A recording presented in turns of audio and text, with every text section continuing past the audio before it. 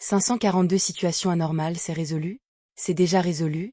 Georgia soupçonnait que le traducteur avait commis une erreur. Instinctivement, elle a demandé. Existe-t-il une solution rapide ou le problème a-t-il déjà été résolu? Lugano jeta un regard compatissant à la belle madame, éprouvant les mêmes émotions qu'il avait ressenties en lisant comment son employeur avait tué le démon démoniste. Comment un monstre confiné dans la cave par des gardes du corps armé ordinaire pourrait-il se comparer à Burman, qui avait une prime de 600 000 verles d'or? Bien qu'il ait trouvé cela inutile, Lugano a respectueusement transmis les paroles de Georgia à Lumian. Lumian ôta le chapeau de paille doré de sa tête et dit « Vous pouvez demander au serviteur de nettoyer le sous-sol. » En entendant la traduction de Lugano, les pupilles de Georgia se dilatèrent alors qu'elle regardait Lumian avec perplexité, ne sachant pas quoi dire. À ce moment-là, un garde du corps qui gardait le sous-sol a accouru. En voyant Georgia, il se pencha immédiatement, baissa la voix et lui murmura quelque chose. L'expression de Georgia changea plusieurs fois avant de sourire et de dire à Lumian, comme attendu de l'aventurier de renom. Je soupçonnais auparavant que votre chasse aux démons démonistes n'était qu'une rumeur. Maintenant, j'y crois complètement. Votre puissance est suffisante pour résonner dans les 5 mers. Elle s'arrêta un instant et s'excusa. Je suis désolée, nous n'avons pas eu le temps de préparer le dîner. Nous aurons peut-être besoin que vous attendiez dans le salon pendant un moment. Mieux vaut me faire attendre qu'une belle dame, répondit Lumian avec un sourire. C'est une simple courtoisie. Il suivit la femme de chambre de Georgia dans le salon spécialement réservé à Ludwig pour profiter du dessert de l'apéritif. Georgia et son garde du corps descendirent au sous-sol. Un sentiment de soulagement l'envahit alors qu'elle inspectait la pièce tachée de sang, ne trouvant aucune trace du lézard humanoïde. Il avait complètement disparu.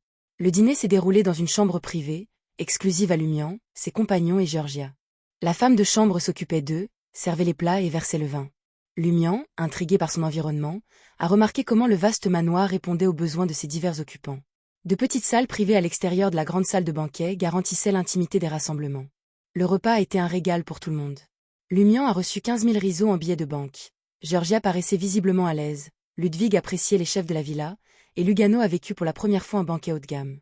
Le grand aventurier, habituellement du genre à se vanter et à plaisanter lorsqu'il n'est pas dans son personnage froid de chasseur de monstres, a allégé l'atmosphère à la table à manger. Cette ambiance agréable s'est poursuivie jusqu'au départ de Lumian du 21 rue Saint-Lana, aux côtés de Ludwig et Lugano. Lugano, légèrement rougi par le vin blanc, regarda le bâtiment bien éclairé et soupira profondément. Je me demande quand j'aurai une maison aussi grande, avec de nombreux domestiques et chefs, et une femme comme Georgia. Lumian a taquiné. Vous mettez l'accent sur la dernière partie, n'est-ce pas? Lugano rit timidement et répondit. Eh bien, d'après votre description, j'aurais aussi bien pu être capable d'abattre ce lézard humanoïde. Cela signifiait qu'il possédait les compétences nécessaires pour accomplir une mission valant 30 000 verles d'or. Avec quelques missions supplémentaires réussies, le rêve de Lugano pourrait devenir réalité. Avec des fusils et des balles spéciales préparées à l'avance, associées à une vaste expérience du combat, un planté est en effet capable, évalua soigneusement Lumian son guide. Il a évité d'utiliser « docteur » pour faire référence à Lugano, car cette séquence conférait principalement des super pouvoirs de guérison et n'offrait pas d'amélioration significative au combat. Lugano était ravi d'entendre cela, sentant un nouvel espoir dans sa vie. Lumian lui jeta un coup d'œil et ajouta avec un sourire. Cependant, si vous acceptiez cette commission, la récompense pourrait n'être que de 2 à 3 000 risos.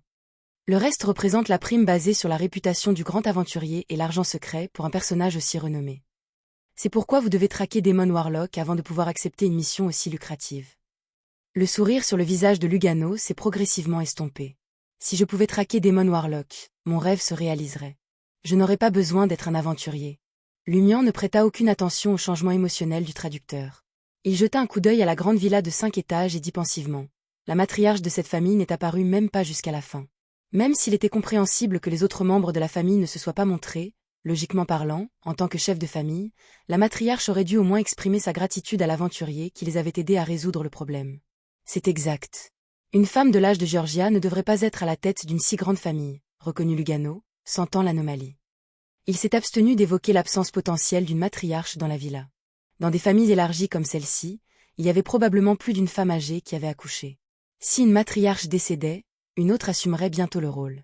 De plus, l'Église mère de la Terre était réputée pour son traitement efficace des maladies sur les continents du Nord et du Sud. La durée de vie moyenne du royaume Fénapoté dépassait celle de l'Oen, Inti, Fézac et d'autres nations. De nombreuses personnes ont vécu au-delà de 70 ans, en particulier grâce à la richesse de la famille de Georgia qui leur fournissait de vastes ressources médicales. Lumian détourna le regard et fit quelques pas. Va au bar ce soir et renseigne-toi sur la famille de Georgia. Tout en parlant, il comptait 1000 risos pour Lugano. Cela couvre vos dépenses pour vos activités pendant cette période, y compris les frais de repas de Ludwig lorsque je suis absent. Oui, patron. C'est Lugano qui a le plus apprécié la générosité de son employeur. Vers minuit, le docteur retourna dans la suite du Solo Motel, empestant l'alcool. Il s'adressa à Lumian, qui observait Ludwig dîner. J'ai eu l'information. Georgia est l'épouse de Rubio Paco, actionnaire de la société de pêche de Port Santa et membre du comité de la Guilde des pêches. La matriarche de la famille Paco est la mère de Rubio, Martha, membre du comité de la Guilde des pêcheries. Lumian se concentra instantanément. C'était une personne bien informée sur le processus complet du rituel de prière en mer et sur l'accident de l'année dernière. Qu'avez-vous découvert d'autre? Demanda Lumian avec désinvolture. Lugano a divagué pendant un moment avant d'ajouter. Au fait, Martha était autrefois une jeune fille de la mer. Jeune fille de la mer. Lumian réfléchit pendant quelques secondes. Elle avait été recherchée par un public spécifique avant de se marier dans la famille Paco? Il a demandé. Avez-vous découvert quelque chose sur la situation récente de Martha? Non. Lugano secoua la tête. Lumian se pencha en arrière sur sa chaise, comme s'il se préparait à s'assoupir, sans insister pour obtenir plus d'informations. Le lendemain, il est resté au Solo Motel, en attendant que Valerio prépare ses documents d'identité locaux. Alors que le soir approchait, son messager, le pénitent Beinfeld, sortit du vide et lui remit une lettre. Lumian jeta un coup d'œil au cadavre calciné, toujours englouti par des flammes noires visqueuses, et demanda avec désinvolture. Qui l'a envoyé? Seules 5 personnes étaient au courant de l'incantation d'invocation de son messager. Une femme très proche de la mort et des ténèbres, répondit Beinfeld. Lumian déplia la lettre et lut l'écriture familière. Il y a un rassemblement prévu à 22h ce soir.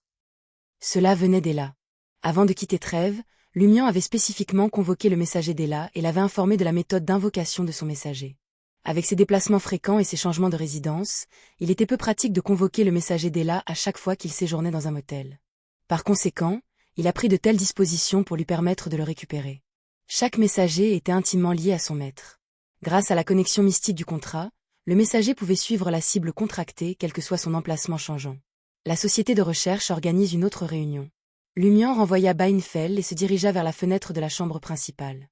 Il regarda au loin, vers la chaîne de montagnes marbrées au nord-est.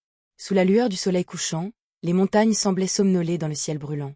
Lumian observa silencieusement pendant un moment, puis récupéra la boucle d'oreille en argent de lit et la plaça sur son lobe d'oreille gauche.